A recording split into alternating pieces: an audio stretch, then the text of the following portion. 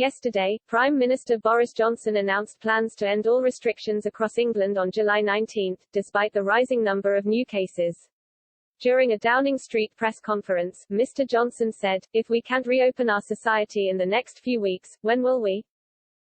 However, England's chief medical officer, Professor Whitty, has warned Britain is unlikely to return to a pre-pandemic normal this year. Speaking to the Local Government Association (LGA) today, Professor Whitty said, "There will almost certainly be a COVID surge in winter, and that will be on top of a return to a more normal respiratory surge. It's going to take quite a long time, I think, to get back to normality, and I certainly would be surprised if we got back to what most of us would see as a kind of status quo, before the pandemic, by the next spring. Because I think we've got this current wave, hopefully, there will be a period of quieter COVID after that, and then it will still be quite a difficult winter, especially for the NHS, then by next spring I'm hoping slightly more into a more predictable pattern." Joining Mr. Johnson from Downing Street yesterday, Professor Whitty acknowledged while some restrictions will always be better than none, they have to be released at some point. He said, "At a certain point, you move to the situation where instead of actually averting hospitalizations and deaths, you move over to just delaying them. So you're not actually changing the number of people who will go to hospital or die, you may change when they happen.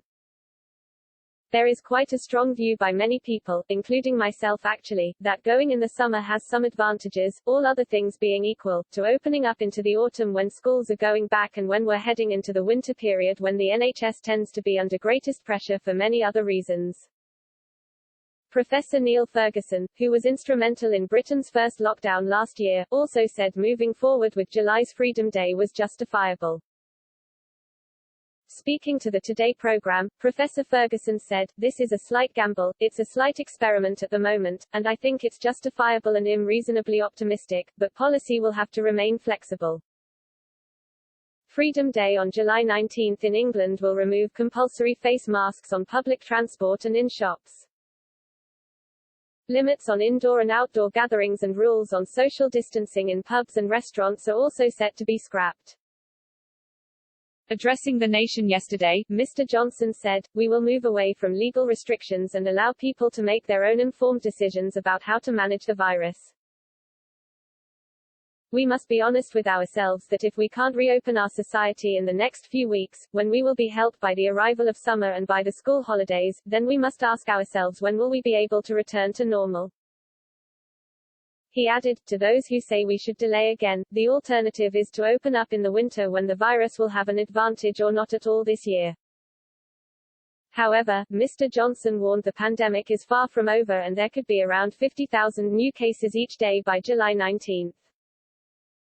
Health Secretary Sajid Javid admitted cases could reach as high as 100,000 when England eases lockdown measures. He told the Today program, "It is fair to say what you just said. I just said in Parliament yesterday, by the time we get to the 19th, we expect case numbers to be at least double what they are now, so around 50,000 cases a day. As we ease and go into the summer, we expect cases to rise significantly and they could go as high as 100,000 case numbers. We want to be very straightforward about what we can expect in case numbers, but what matters more than anything is hospitalization and death numbers. That is where the link is severely weakened.